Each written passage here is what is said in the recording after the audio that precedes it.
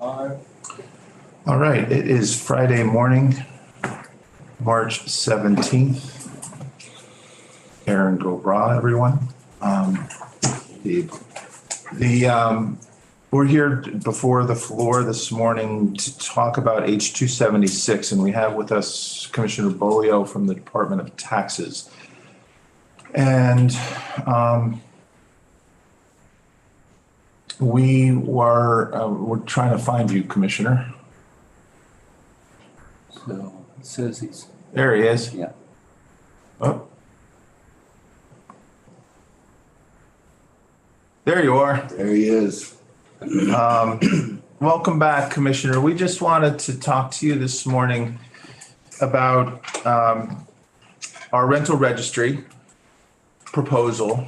That is, it's a proposal in some way, shape, or form that's been around for more than a couple of years now. And in the conversations that we've had this week, questions came up about using the landlord certificate as a basis of having a kind of rental registry. And I just wanted to touch base with you with an understanding right off the bat that we know that the administration does not support this bill. But from an informational perspective, we just wanted to find out more about the landlord certificates. And first of all, could they even be used to form a different database? Could that information even be used for a database that would be housed at Department of Housing and Community Development to help us track rental units across the state? And then the practical matter, does the landlord certificate program have a decent response rate? Or is there a fulfillment rate of 50, 60, 70% of that we know of? And on top of that, my memory is that at one point the Department of Taxes wanted to phase out the landlord certificates, and perhaps because this other program might be formed. I just wanted to pass the mic for you and let you go on and let us and kind of educate us on the landlord certificate program. Sure. Thank you, Mr. Chair. For the record, Craig Bolio. Happy to talk about landlord certificates. They are filed annually by landlords on or before January 31st of each year. And it's on a form that our department publishes. It's the LRC 140. They're filed with both our department, and then they can be given to tenants, though, and I'll touch on this later, Mr. Chair, as you mentioned, most tenants no longer actually need the landlord certificate to file a renter credit. But they are used sometimes as part of the renter credit program, which is a program that allows qualifying Vermonters to receive a refundable tax credit based on their household size, income, and where they rent to help pay their rent. Several years ago, I don't remember the exact year, but several years ago, the legislature passed a bill with language that added 32 VSA 6069 subsection F, and that made certain elements of the landlord certificate public. We don't publish them on the web, but the language in statute says that we have a spreadsheet that we can provide to somebody upon request. And the elements that are included in that are the name of the owner or landlord of a unit, the mailing address, the location of the rental unit, the type of rental unit, so if it's an apartment, condo, house, nursing home, et cetera, number of units in the building, and then the span. And we generally get, or we're supposed to get, a landlord certificate for each unique span. Last year, we received over 17,000 unique certificates. But again, remember, an apartment complex that has 300 units in it would count as one.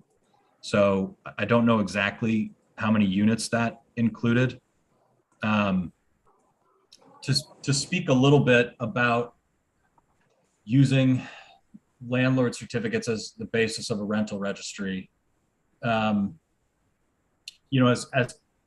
a tax commissioner, I'm always, I don't know what the right word is, wary perhaps of using tax data for non-tax purposes, right? So the Vermont and the US tax system are based on the concept of voluntary compliance, right? We don't have the resources to audit everybody or to go get every dollar ourselves, right? We are relying on taxpayers telling us what they owe, filing their returns and paying us their taxes.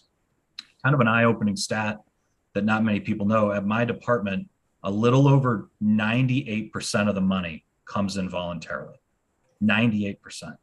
So out of the $2.65 billion that the tax department collected in fiscal year 22, 2.6 billion of it came in because we stood up the systems, we produced the forms, we stood by to help people file when they needed it, and we processed the tax returns and the money. The other 50 million or so came in from compliance efforts. And I would also note that ratio is not because our compliance division isn't working hard. In fact, our compliance division has brought in more money year over year, every year for like a decade, except for 2020, where we repurposed folks for the emergency, of course. And part of the agreement, right, between tax agency and citizens is the principle that we won't share your data with others to help encourage truth in reporting, right? So anytime we're talking about changing that relationship or changing that principle, I get a little worried, right? Because if somebody's worried that their tax information will be used for purposes beyond tax administration, they may have another incentive to not be truthful with the tax agency. And that creates more pressure on us on that 98%, 2% ratio. And not only does it create some possible integrity pressures, right? And each individual action may be a small impact, each individual action may be a large impact on that front, but it can have a cumulative effect. The other problem that I see is that in those kind of cases, the people who are using that data for the non-tax purpose. So let's just use this example, right? If the landlord certificate were to be used for a rental registry, the people who are interested in the rental registry want to make sure that that data is accurate, right? They don't want a rental registry that's not accurate. So that will also put additional compliance pressure on the tax department, right? Because we may not have the same needs or the same desires to have that as accurate as somebody who's using that data for a rental registry. For instance, I'm not a housing expert. I don't know how many rental units there are in Vermont, but it's tens and tens of thousands. We only get about 10,000, or we only issue about 10,000 rental credit claims. So at my department, we're not putting resources in on compliance for the certificates or accuracy of the data for the certificates unless it's impacting a Vermonter trying to claim, unless it's impacting a Vermonter trying to claim a renter credit. So if the data started to get used for something like a rental registry, folks who are interested in the rental registry portion of it might start asking my department to ensure it's accurate or do more compliance work on that. But that work wouldn't actually have much or any impact or benefit for actual tax administration, particularly because the vast majority of those don't have a rental credit claimed on it. So at a high level, I'm always wary about using tax data for other tax purposes. I think in this case, there are some data integrity issues that I would want to highlight, right? That we're just not putting a lot of resources to that. But I would say the elements that I highlighted are public today and can be produced. And they're not, you said that they're not, it's about the landlords, not about the units, right? So if if a landlord has 10 units in one building in one span, I mean, it's based on the individual span, right? It's not, so if it has 10 units, it's just going to have one landlord certificate that says I have 10 units. That's exactly right. Okay. Questions for the commissioner, Representative Burrows? I just have one very quick question, just to clarify. In the beginning, you said, was it the name of the owner or the name of the landlord? The statute says the name of owner or landlord. Okay, thank you. Representative Elder? Thanks, Commissioner. I just was looking at the LRC 140 and I see there's like these 6 check boxes for sort of the type of rental unit it is.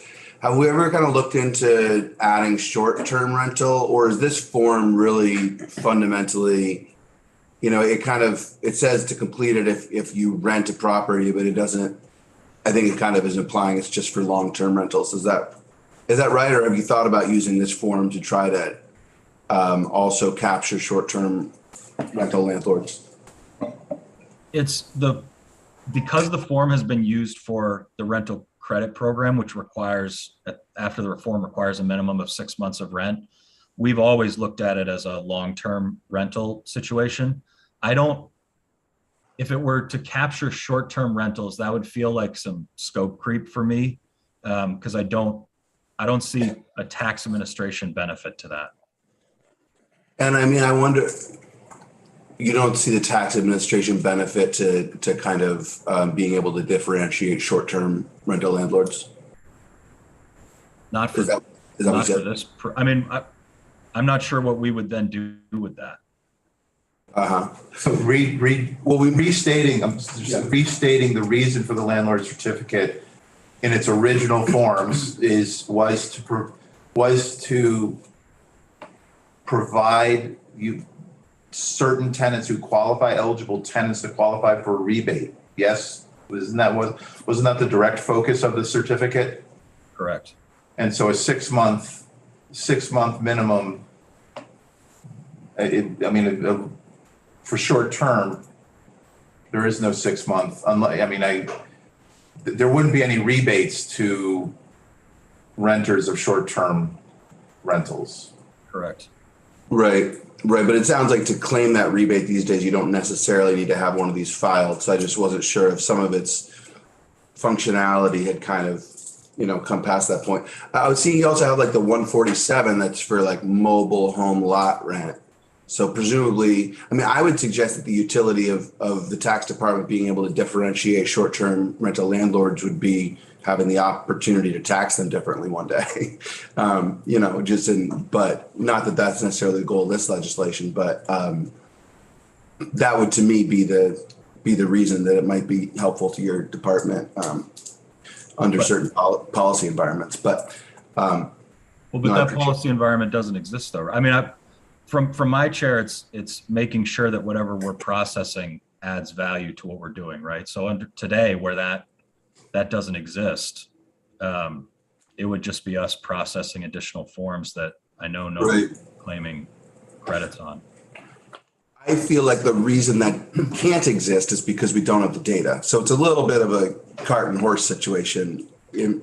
I do take your point, but I think there is a dearth of data and differentiation there once you get away from the homestead. And that's partially addressed by this bill. I don't want to get afield, but I do want to just say, like, I think the reason that we can't have that policy environment until we have the data to some extent. Commissioner, on rental collections from short-term rentals, it's my understanding that when we talk, we usually put there's usually 2 buckets that we define. Airbnb type situations where there's a platform that's used to rent the short-term rentals, and then the Verbo, which is still the individual owner of the property is still responsible for paying their taxes through the system that we already have, which is if you rent it for a certain amount of time, but no longer than a certain amount of time, you have to file your tax forms.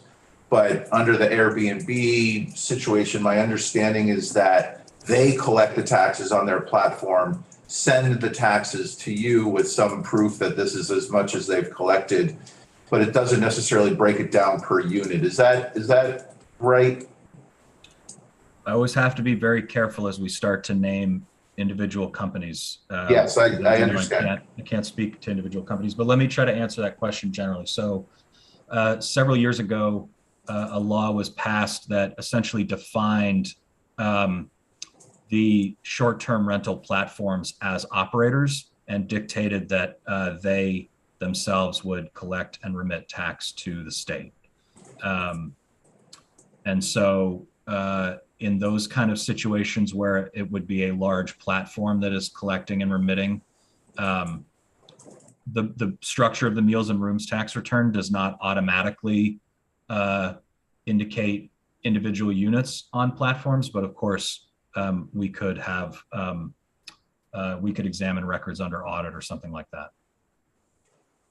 Just wanted, appreciate the need to not single out individual companies, but I just feel it was information. That was educational. Thank you.